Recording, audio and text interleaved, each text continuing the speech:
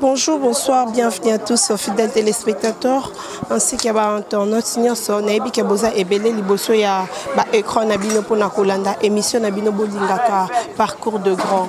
Na kati toujours ya parcours de grand na ebi keza bozebi keza la toujours présenté par votre humble servante Roline Tumba. Na site nabino ya monene www.congo Suisse TV à Maître John. Un grand merci à vous, à celui qu'on appelle Maître John, respect.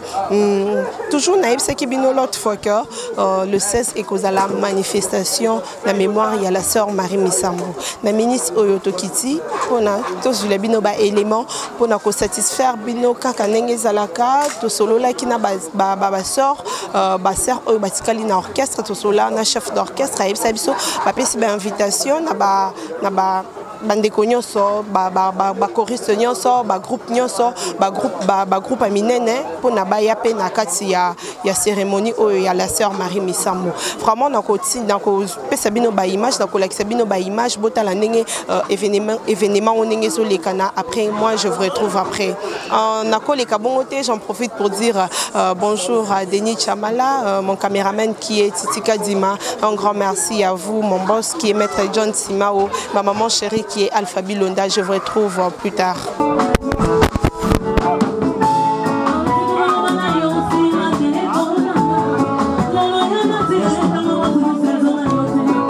Thank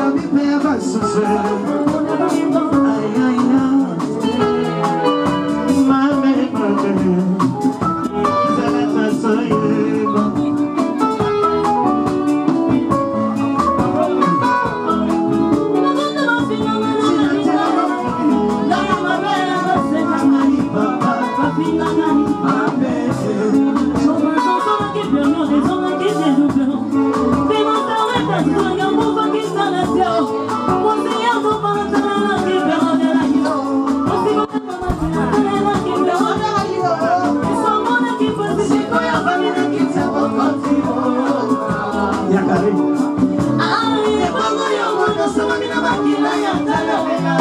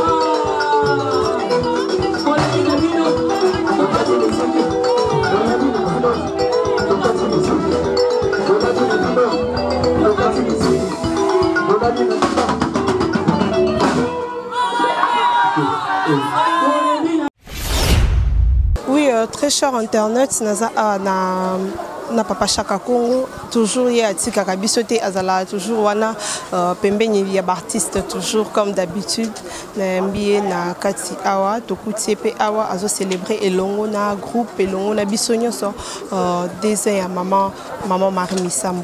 Bonjour Papa Chaka Congo. Bonjour ma fille, bonjour. Oui Papa Chaka Congo. Ozo sentir nini par rapport il y a la sœur 2 ans naé déjà à Liwa. Bon 2 ans vraiment l'émission musique chrétienne tout.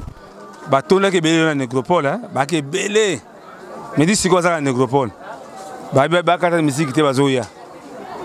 Vous comprenez? Ça Sony, ça Mawa. Monique Marie 2 ans à peine. Babo Saniye. Mais tant on a le bac à Marie à Koufa que bateau bazo aventurier mi wandimanga ngote. Baka pona mbongo.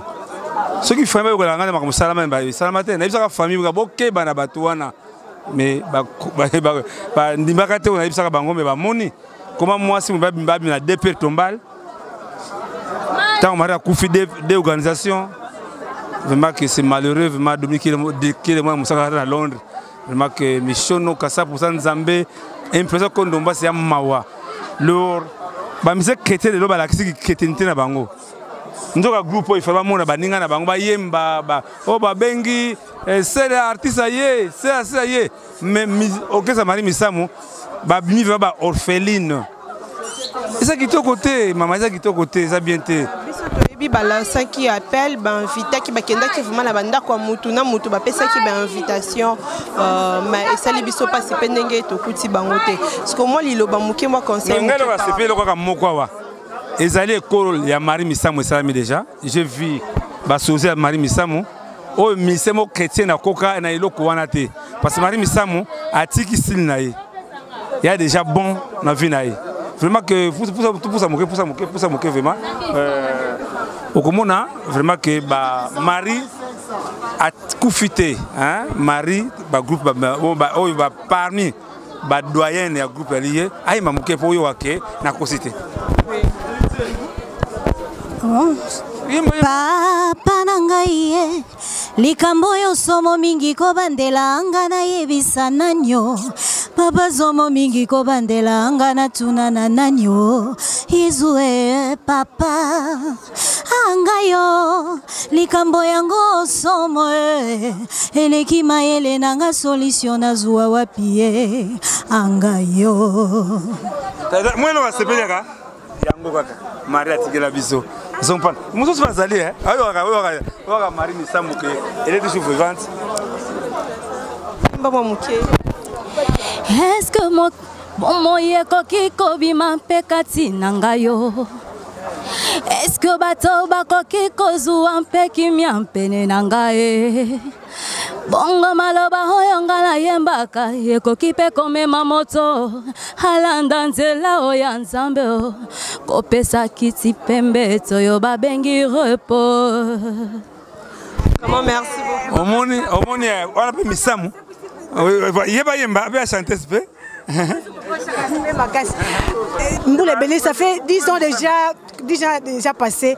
Dans les missions, ça a été mais Léon a CP Makassi, deuxième anniversaire, il y a Sœur Marie, attends ça ma Belé, nous avons tapé ça qui nous avons yemoko abotoli mengai na compte nanga na Luanda. Pour na uti na Luanda na yeka pour na événement oyo na yemba boy.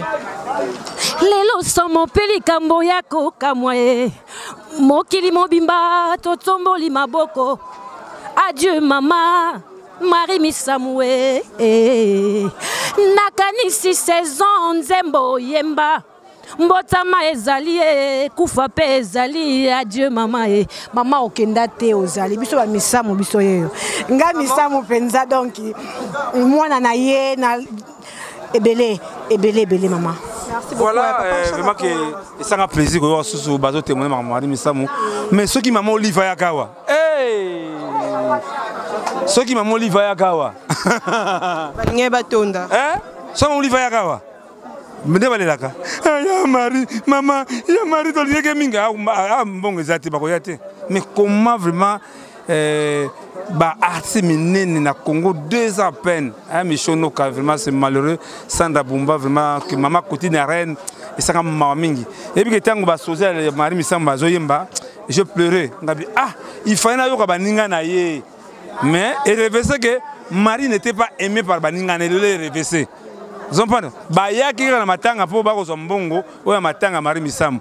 Mais il a dit que baninga qui était ba yo ko tsolaye. Mais vraiment c'est malheureux. Mais il y a des toko na commission orchestre va continuer tozala na bango na kata promotion surtout si on peut léopard vraiment on va promouvoir tout ça pour ceux qui toko ça sika moko auto promouvoir parce que c'est Marie Misamu il faut vivre il faut pas sentir que Marie Azali nous avons une photo Marie azota la biso ne baka les mots ne sont pas morts en tout cas vraiment que Mutulangai Papi Maïbelanga vraiment que merci vraiment que oh bania Marie Misamu Brigitte Anani botika bangote ba il faut le remettre dans mon contact il y avait bien mais contact vraiment que Papa ça qui déjà parce que tout l'équipe bango déjà une émission avant cérémonie.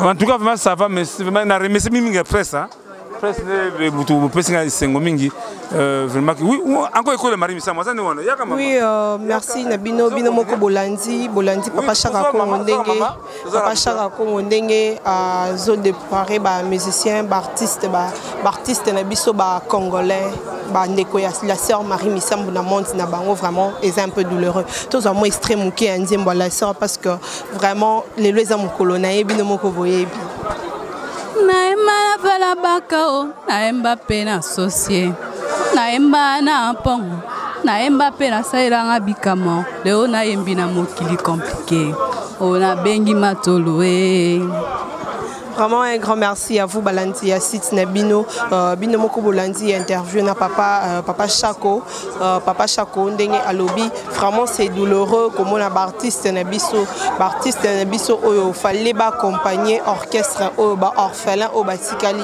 mais tomoni atama quoi c'est manifesté vraiment c'est vraiment regrettable c'est douloureux vraiment comme on a bandeko ba président il y a artiste ba président il y a monde na bango il y a musique ba atamako ata représentant encore à mon unité vraiment or la raison qui appelle ba pesa qui ba invitation par-ci par-là et pas bandeko pour na ba ya ba honorer pe la sœur Marie Misambu ko sala donc o bosali boye ba que lobby pe ko sala tourna bino ko sala pe na besoin assistance ya bandeko oui to ici papa vraiment qu'il faut en ndako sur la mingi parce qu'on a beaucoup parlé vraiment que bana poto partout dans le monde entier bomoni ingratitude il y a ba mise chrétien na ba chrétienne banzem ba sala comme ça maloba pamba ce sont des simples paroles vraiment que Michono ka 100% nous amis que cette fois-ci il faut to gogo la bango hein, même vraiment passer Gilles Max Massi en tout cas Gogoula Bango et ça qui est côté